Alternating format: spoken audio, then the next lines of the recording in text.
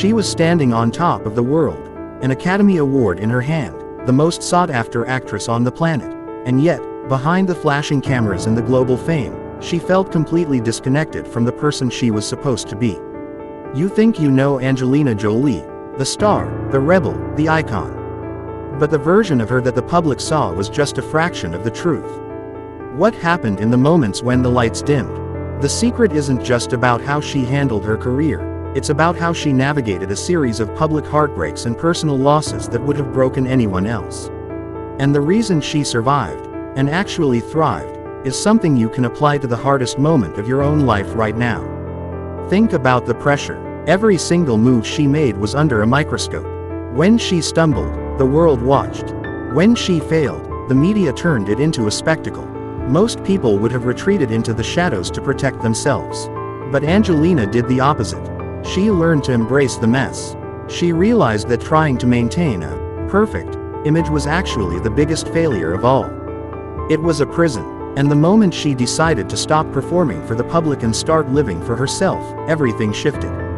But here is where the story hits a nerve. Do you remember the early days? The wild reputation, the headlines, the chaos. She didn't try to run from it. She owned it. She realized that her perceived failures were actually the most formative chapters of her life. She was essentially taking the shards of a broken image and using them to build a new identity. Most of us spend our lives trying to hide our scars, but she wore them like armor. That takes a level of vulnerability that is, quite frankly, terrifying to most of us. Can you imagine showing the world exactly who you are, even the parts they might judge, and refusing to apologize for any of it? Now, we hit a mid-video shift that flips the script. You probably think her success comes from her natural talent or her beauty. But that is the biggest misconception. Her real power comes from a radical refusal to be a victim of her own circumstances. Even when her personal life hit the front pages in the most painful ways, she remained laser-focused on her mission. She didn't let the noise define her narrative. She went into the field, working in some of the most dangerous places on earth as a humanitarian, looking face to face with people who had lost everything. And do you know what she found there? She found that the people who were the most broken were often the most whole, because they had nothing left to lose. That perspective completely changed her. She realized that her own fame was only as valuable as the good she could do with it. She stopped chasing roles that made her look powerful and started chasing roles and causes that made her feel human. It was a complete dismantling of the Hollywood dream. And if you're sitting there thinking, well, it's easy to have perspective when you're a millionaire, you're missing the point. The lesson isn't about money. It's about the shift from a me mindset to an us mindset. Think about your own life. When you face a setback, do you go inward and shut down, or do you look for a way to turn that pain into something that helps someone else? Angelina discovered that the fastest way to heal your own life is to start being useful in someone else's. It's the ultimate pattern interrupt. It forces you to get out of your own head and look at the bigger picture. And suddenly, your problems don't feel like mountain-sized obstacles anymore. They feel like manageable steps in a much longer, much more important journey. But don't be fooled into thinking this was easy. She faced years of intense public scrutiny, grueling production schedules, and the immense responsibility of raising 6 children while navigating a high-profile separation. There were moments when she had to be the anchor for everyone around her, even when she felt like she was drifting at sea. She had to learn how to be strong without being cold, and that is a balance that most people never master. She had to teach herself how to hold space for others while making sure she wasn't losing her own identity in the process. Let's talk about the nature of failure. We've been conditioned to think that if we fail, we've reached an end. Angelina Jolie's entire career is proof that failure is just data. It's information.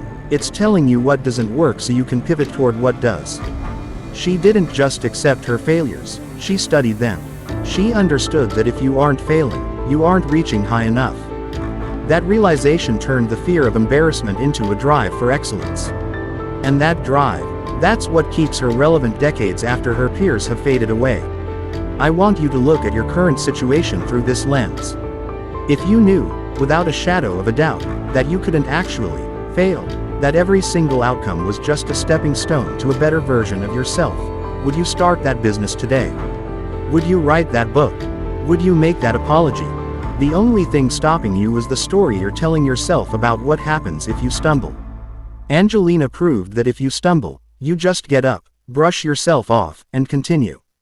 The only real failure is the one that convinces you to stop walking. She often speaks about the importance of being authentic to your own soul. And honestly, isn't that what we're all chasing? That sense that we're living a life that actually belongs to us. It's not about the awards or the praise. It's about being able to lay your head down at night and knowing you didn't compromise your core values just to make someone else happy. She had to learn that lesson the hard way, through years of public trial and error. But she got there, and she did it by being consistently, relentlessly herself. Think about the people you look up to. Is it because they're perfect, or because they survived the imperfect? Angelina is the perfect example of the latter. She survived the scrutiny, the projections, and the extreme ups and downs, and she came out the other side with a voice that is stronger and more centered than ever. And the best part, she's still growing. She's still taking risks. She's still showing us that a woman's power doesn't peak at a certain age or a certain career high. It grows as long as you're willing to keep learning. Now, consider the deeper internal architecture of her resilience. She has always been a woman of extreme intensity, but she learned to refine that fire. In her younger years, that intensity was explosive. It burned hot and fast, and sometimes, it burned her too. But as she matured, she found a way to channel that same intensity into enduring, long-term focus. This is a crucial lesson for anyone who feels like their emotions are a liability rather than an asset. You don't need to dull your edges. You just need to learn how to aim your intensity with precision. Whether it's in your career or your personal passions, the ability to focus your emotional energy is what separates the people who burn out from the people who build empires of influence. And let's dive into the concept of reinventing. Many people in the public eye try to hold on to their relevance by staying exactly the same, afraid that if they change, they'll lose their audience. Angelina did the opposite. She transformed again and again. From a dark-edged young star to an action hero, to an Oscar-winning serious actress, to a director, to a human rights advocate. She refused to be boxed in. Every time the public thought they had her figured out, she stepped out of that frame and created a new one. Do you have the courage to reinvent yourself? Or are you sticking to a version of yourself that you outgrew years ago just because it's comfortable? Her commitment to her children is perhaps the most defining layer of her character. She has always spoken about them as her greatest teachers. That is such a powerful reversal of roles.